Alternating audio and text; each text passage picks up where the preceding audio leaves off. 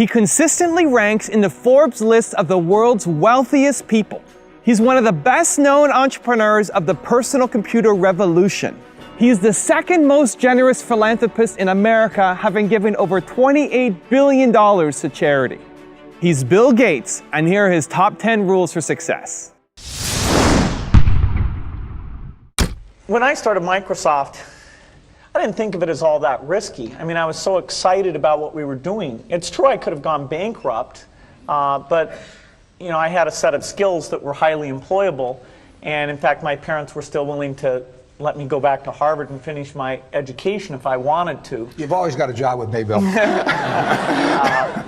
And the thing that was scary to me wasn't quitting and starting the company. It was when I started hiring my friends and they expected to be paid. And then we had customers who went bankrupt, customers that I'd counted on to come through.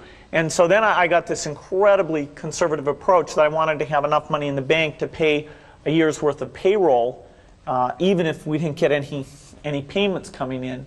And I'm almost true to that the whole time. We have about 10 billion now, which is pretty much enough for the next year. Anyway, if you're going to start a company, it takes so much energy that it better overcome your feeling of risk. I don't think that you necessarily, if you're going to start a company, should do it at the start of your career. I think there's a lot to be said for working for a company, learning how they do things. If you're young, it's hard to go lease premises. They made that hard for me. You couldn't rent a car when you were under 25 at the time, so I was always taking taxis to go see customers. The people would, people say, well, we're going to go have a discussion in the bar. Well, I couldn't go to the bar.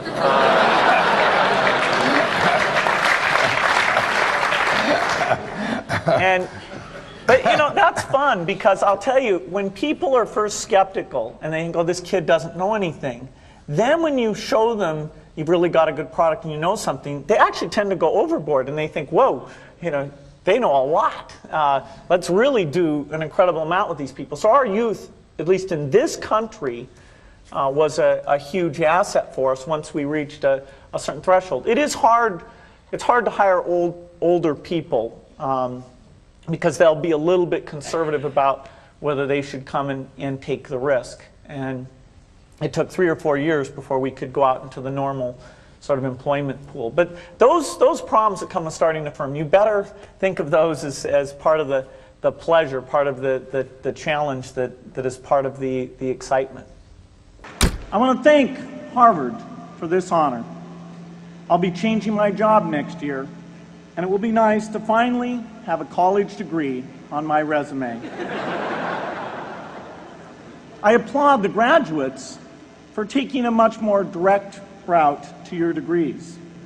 For my part, I'm just happy that the Crimson called me Harvard's most successful dropout. I guess that makes me valedictorian of my own special class. I did the best of everyone who failed. But I also want to be recognized as the guy who got Steve Ballmer to drop out of business school.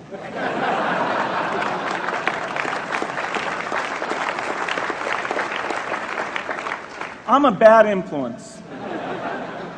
That's why I was invited to speak at your graduation. If I'd spoken at your orientation, fewer of you might be here today. I'm in meetings a lot. My calendar gets very full with those, and then at night, after the kids have gone to bed, I'm on email a great deal. I get messages during the day. That's my chance to give long responses. And then over the weekend, I send a lot of mail as well. I take 2 weeks a year to just go off and read and think, where I'm not interrupted by work or anything else. I'm just solidly trying to think about the future, and people get to send me things to read as part of that so-called Think Week. So it's a nice mix of things. About 25% of the time then I'm out traveling around, meeting with customers, Europe, Asia, and that sort of helps me think, okay, do we have the right priorities? What are people responding well to, and what would they They like to see us do better. Hello, I'm Bill Gates, Chairman of Microsoft. In this video, you're going to see the future, Windows. Microsoft first came up with the Windows concept back in 1983. And today, the leading software users have switched into the Windows environment. It's really incredible how quickly our powerful applications like Word and Excel and PowerPoint have been adopted. It's not just Microsoft applications. Even companies like WordPerfect and Lotus have now come out with Windows applications. And every week we see new innovative work. It's really attracting all the innovation in the industry. We predicted this a long time ago, and now it's the future. The key point there is you've got to enjoy what you do every day. And for me, that's working with very smart people. It's working on new problems. You know, every time we think, hey, we've had a little bit of success, we're pretty careful not to dwell on it too much because the bar gets raised. I love bridge. Bridge helps you think. It's a game you can play your entire life and keep getting better and better. I think anybody who's good at bridge is going to be great at a lot of things. So I really encourage people to get involved, and I want to thank the people who've put things together for juniors. They'll be thanking you the rest of their life because bridge is such a great sport. I talked to my dad, I talked to Warren, I talked to my wife Melinda. So I have enough people that know me and actually know where my judgment isn't its strongest, where I might get overexcited about something or forget to think about something. And so they're good at correcting, particularly Melinda, good at correcting whatever those blind spots are. And I think it's good to encourage your friends and advisors to really give them that license. I can go to a party and forget to say hello to various people or something. That's a very minor example of my blind spots. Not to the hostess. Well, Melinda would help me do that. Yeah, she would, So, a small number of people that you can turn to on certain key things is a great asset. My best business decisions really have to do with picking people.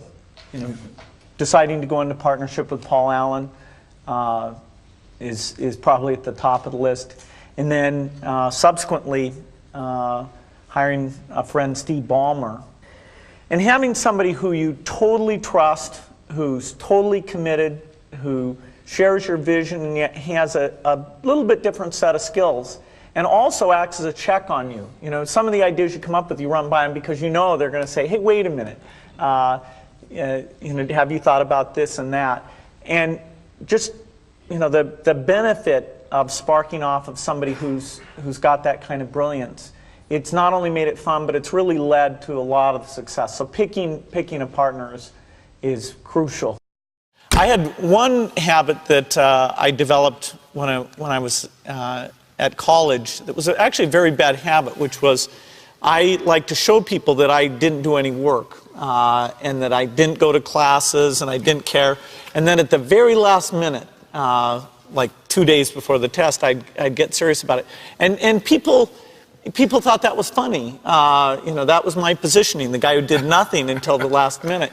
Then when I went into business, that was a really bad habit. And it took me a couple of years to get over that. Nobody praised me because I would do things at the last minute, and I tried to reverse to students I didn't think that highly of, who were always organized and had things done on time. I'm still working on it, but procrastination is not a good habit. Bill can change clothes in the car. So I'm going to challenge Bill Gates, my partner at Facebook, Sheryl Sandberg, and Netflix's founder and CEO, Reed Hastings.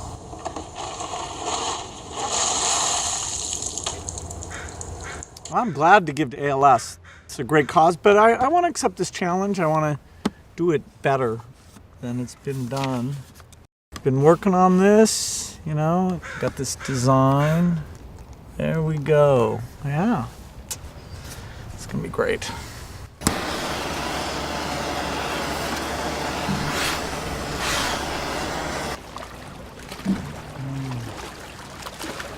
I'm here to join the people bringing attention to Lou Gehrig's disease by taking the ALS Ice Bucket Challenge.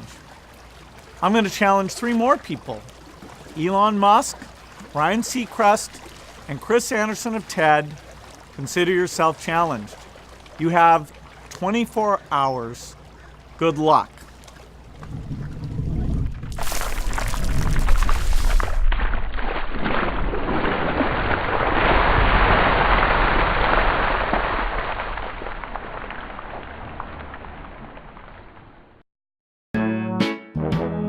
People, let me tell you about my best friend. He's a warm-hearted person who loved me till the end. Now, people, let me tell you about my best friend. He's a one-boy, cuddly toy, my up, my down, my pride and joy. People, let me tell you about him. It's so much fun, whether we're walking man to man or whether we're walking sun to sun, 'cause he's my best friend. Yeah, he's my best friend. La la, ba da da da ya, ba da da ya, ba da da ya. Is it true that you can leap over a chair from a standing position? It depends on the size of the chair. I'll cheat a little bit. Yes!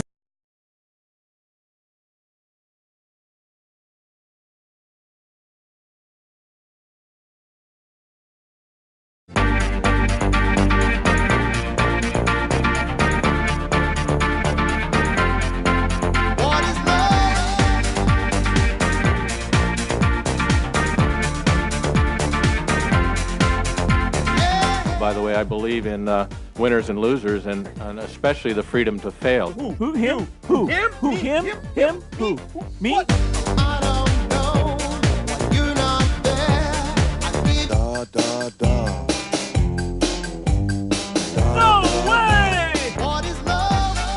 Baby, don't hurt me. Don't hurt. Oh, behave.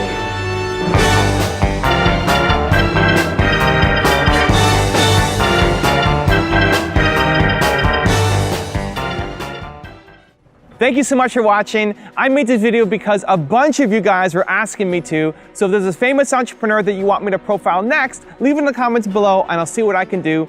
I'm also curious to know what you think of Bill Gates as an entrepreneur and which of the 10 rules most resonates with you. Leave it below in the comments and I'm going to join in the discussion. Thank you so much for watching. Continue to believe and I'll see you soon.